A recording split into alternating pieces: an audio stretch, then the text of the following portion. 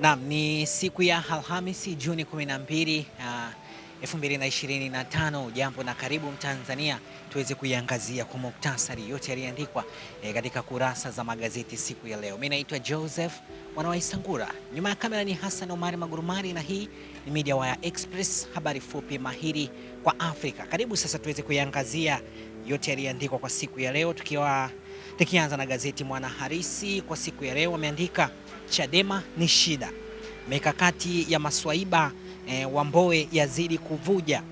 Mikakati ya maswahiba ya Mbowe yazidi kuvuja, upepo wake wazidi kutesa vigogo nchini. Unaambiwa upepo wake wazidi kutesa vigogo nchini.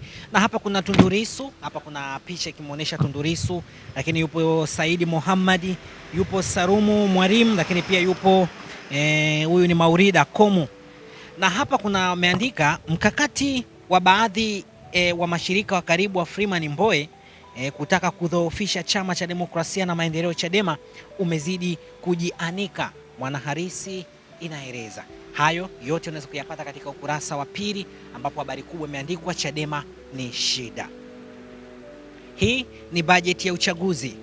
Unaambiwa kwamba mzigo wa deni la taifa huenda ukaisababishia serikali kushindwa kutekeleza kikamilifu bajeti ijayo ya maendeleo. Mwanahalisi inaeleza bajeti ijayo ya maendeleo. Kumbuke siku ya leo jijini Dodoma inasomwa bajeti kuu ya serikali 2025 2026. Askofu Gwajima aunganisha nchi.